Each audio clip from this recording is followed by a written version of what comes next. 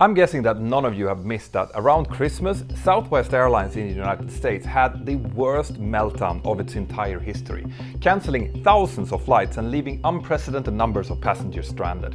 One of the worst airline meltdowns in U.S. history. Southwest has canceled more than 13,000 flights in the past week. What a mess. And tonight, the Senate Commerce Committee and the U.S. Department of Transportation, they plan to investigate. But what was the real reason for this? Why didn't other airlines have the same problem, and hasn't this already happened before, also to Southwest? Stay tuned.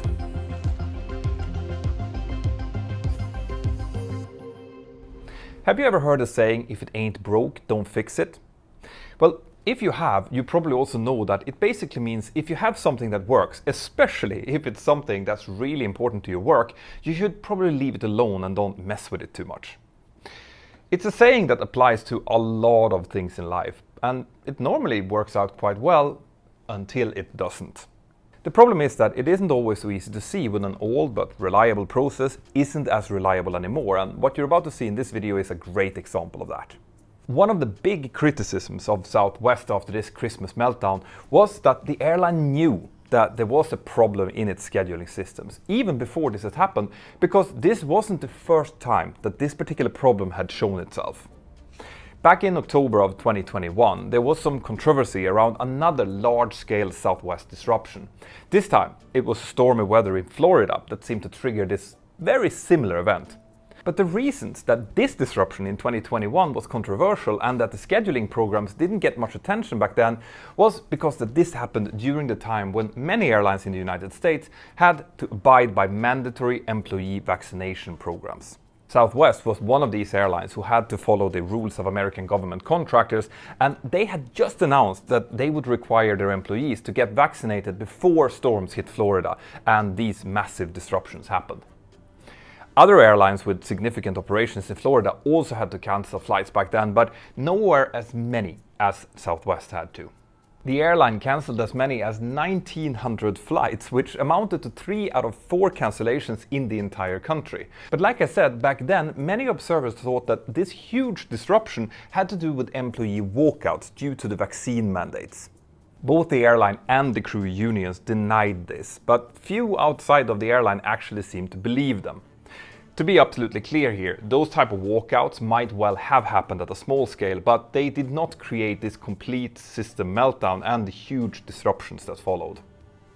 Now, the October 2021 meltdown was bad, but it didn't necessarily show to outsiders at least that the airline had a systemic problem. 1,900 flight calculations is an enormous number, but it's not unprecedented. In the past, American Airlines, Delta, JetBlue and others have had major disruptions affecting as many or many more flights than that. But the disruptions around Christmas this past year was very different. In a week, Southwest ended up cancelling over 16,700 flights, making it the biggest airline meltdown in history.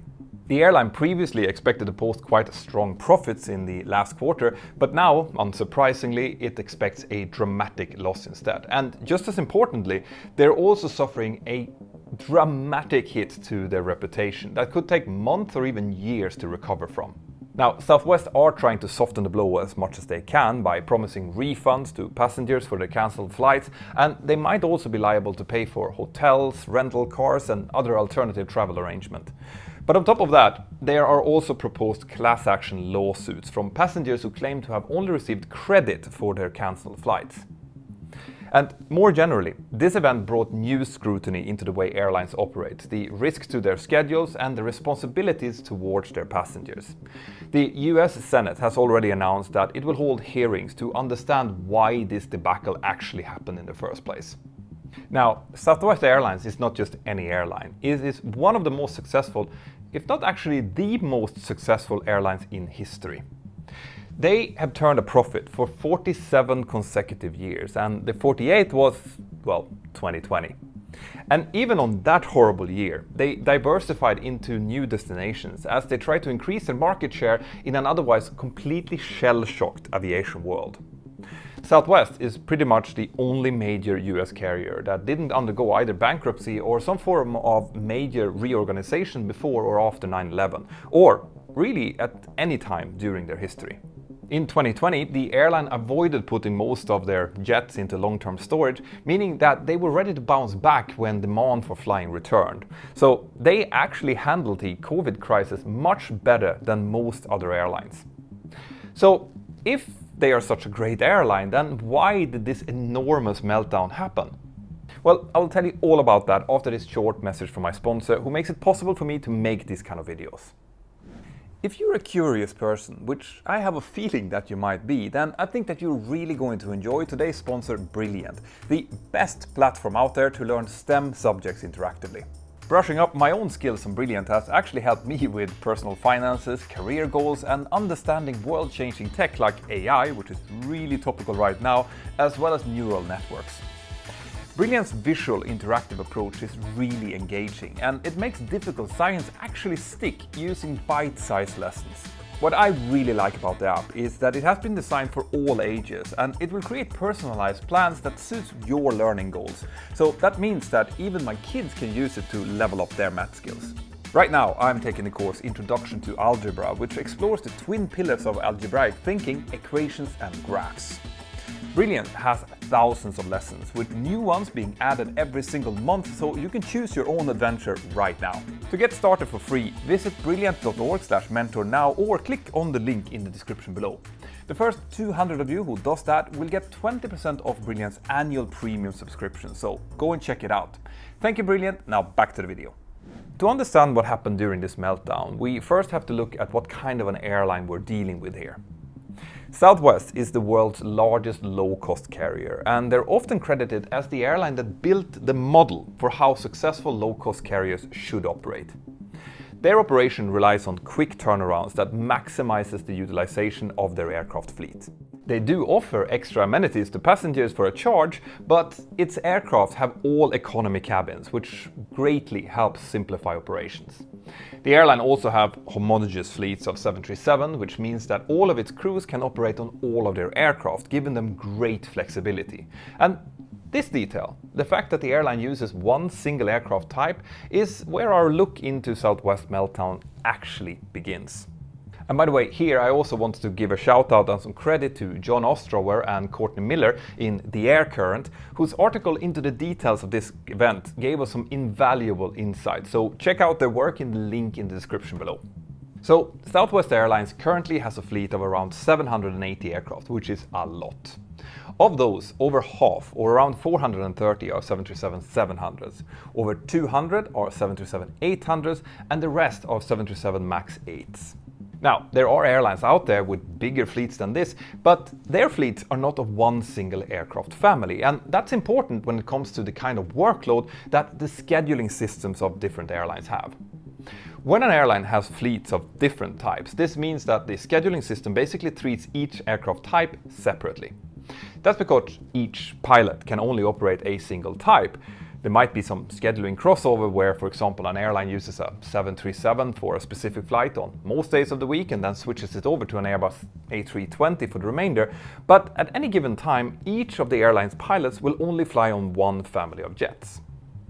Rules for cabin crew scheduling between different aircraft types might be a little bit more flexible than that, but in general, because the crews that operate different types are separated, the scheduling systems for each type is also more or less separate. And that means that the system has fewer people and therefore fewer parameters to work with when large numbers of changes are necessary. I'm sure that you can see where this is going. The fact that every Southwest pilot can fly on every one of Southwest's 780 jets means that the scheduling system has a much higher number of people to keep track of. So the very thing that gives Southwest its edge also means that the airline has a much more complicated ballet of aircraft, pilots and cabin crew placed all over a huge country, which its scheduling system must keep track of. Obviously, during periods of high travel demand, like the Christmas holidays, combined with sketchy weather, the potential for trouble in the system increases. Southwest did know this, so they did cancel many flights preemptively, like many of the other airlines also did during the Christmas period when they saw that the weather was starting to turn bad. But as it would turn out, Southwest didn't cancel nearly enough flights at that early stage. Because then things started going even messier. There are reports that the airline had another complication in Denver, one of its major hubs. Because of the bad weather, the airline was struggling to find enough ramp agents for its operation. This caused somebody to send out a very stern memo to its employees on the 21st of December, saying that too many people were calling in sick. According to that memo, employees would need to provide a doctor's note or a doctor's certificate confirming that they actually were sick, or they would risk losing their jobs. Some sources suggested that this message prompted multiple resignations. Now, the airline later said that the cold weather conditions reduced the time that each person on the ramp could actually stay outside safely, so it essentially needed to double its ramp personnel to keep up the work, and that they just simply couldn't do that. And that was the point of the all hands on deck memo that it sent out. Either way, this lack of ramp personnel wasn't the basic underlying problem, but it added fuel to the problem, bringing cancellations forward and giving the airline scheduling system less and less time to react. Now, I've mentioned scheduling systems several times, so let's now look into the kind of system, or actually systems, that Southwest was using at the time. To assign crews to specific flights, the airline was using a software called SkySolver. This software isn't at all unique to Southwest. A number of other airlines are also using it, including JetBlue, for example, and each airline would adapt the system to fit its own needs. In Southwest's case, SkySolver got its data about cancellations and flight changes from an internal software called The Baker. Then SkySolver's job was to optimize the scheduling for all crews, matching them to the aircraft that was located in the same place as they were. But a key factor in the way that these two systems worked together was that cancellations or modified flights were handled together in batches or groups. And the system required a certain amount of time to process each batch, and that would take about 20 to 25 minutes or so. But as things got worse and worse, more cancellations and modifications would come in during this 25 to 30 minute window, and that would then force the process to start over again for another 20 to 25 minutes, in which time more cancellations would come in and so on. With each batch of flights, the two systems had to make calculations for flights departing closer and closer in time. According to the air current, SkySolver didn't actually crash, but that really didn't matter, because what the system actually did was it began producing results that were no longer usable. The pilots, cabin crew and aircraft it matched weren't actually matched. One or two of them would have to be flown in flights that were previously seriously delayed or even cancelled. One of the many things that these systems had to calculate that required a lot of processing time is whether or not the crews were legal to fly in terms of their rest and overall flight time limitations. Now, there are different calculations that need to be made for this for different periods during the day, and all of this applies to both flight and cabin crew and has to be accurate in real time. Now, there has been a lot of criticism of Southwest, specifically regarding the lack of investment into software systems that could stay on top of this huge fleet of theirs.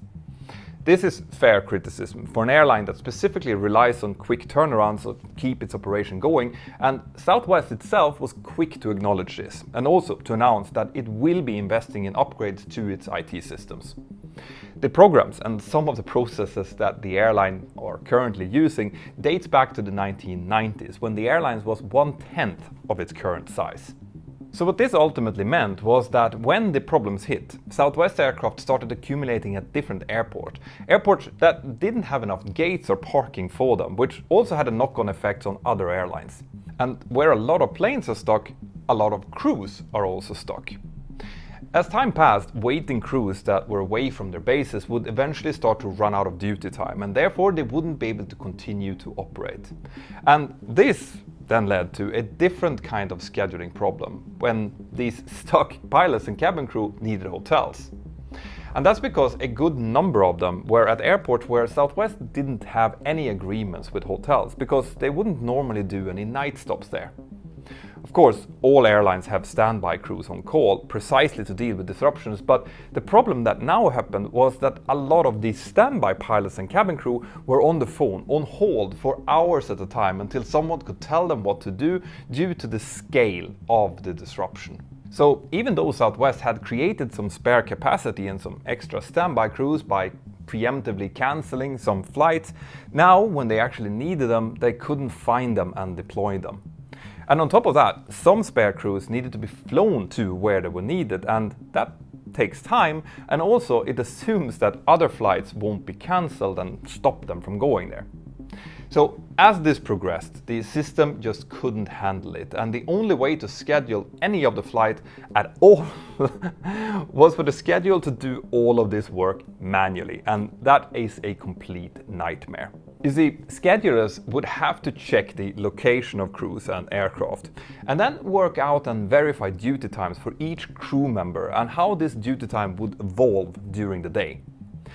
Duty times start accumulating basically as soon as a crew member is called for duty, and it then continues to run towards a legal maximum, even if this crew member doesn't start to actually work. The fact that they're actually just available can count, and on top of that, the amount of time that they can work changes depending on what time of day it is. Southwest actually did try everything. They were going to such extremes as running classrooms where they would train volunteer staff in handling duty time information handed in by pilots and cabin crew. Here, the airline's people-centered culture actually did pay off, but even after thousands of preemptive cancellations, there was still a ton of work for all of these people to do and to sort out. The silver lining in this mess is that after a certain point, mass cancellations started to make it easy to reset the system. You see, as time goes by and pilots and cabin crew are off duty, their duty time clocks eventually gets reset. From the 26th of December, Southwest cancelled thousands more flights preemptively and stopped new ticket sales, and they did that to stop people from trying to book flights that would likely also get cancelled. Doing this would eventually solve the problem, but inevitably it created more frustration for those passengers who were left behind. Because on several occasions, Southwest would fly an aircraft with no passengers to reposition it when there was previously a cancelled flight from that very same origin to the destination airport where the flight was now going essentially empty. But there simply weren't any time or capacity to figure out what passengers were where and how to reinstate those flights and get the people on board. In situations like this, a full reset is sometimes the only way forward, as painful, wasteful, and frustrating as it might be. Now, we will likely hear much more about this story going forward, and to be fair to Southwest, in many cases where an airline deals with an old IT system, it is actually the upgrade process itself that runs the highest risk of causing a disruption. But there's no question here that the airline had made some serious miscalculations. Some of the decisions to postpone the IT investment had to do with cuts that they made back in 2020, but by many accounts, its strategy around these systems goes back many years. But before we finish, in January this year, we also saw another US-wide meltdown when the FAA NOTAM system temporarily failed. The problem itself only lasted about an hour and a half or so, but the delays it caused took many hours for the country's airlines to deal with. Simple events like that could act as another trigger for an airline with troublesome IT systems, like the Southwest experience showed, and there's really only one way forward here, and that is heavy investments in the IT infrastructure that runs these huge type of operations. Now, the NOTAM meltdown and the horrible NOTAM format is likely due for its own video at some point, but until then, check out this video next or this playlist. Please consider supporting the channel by leaving a super thanks, joining my Patreon crew, or buying some cool merch. Have an absolutely fantastic day, and I'll see you next time. Bye bye.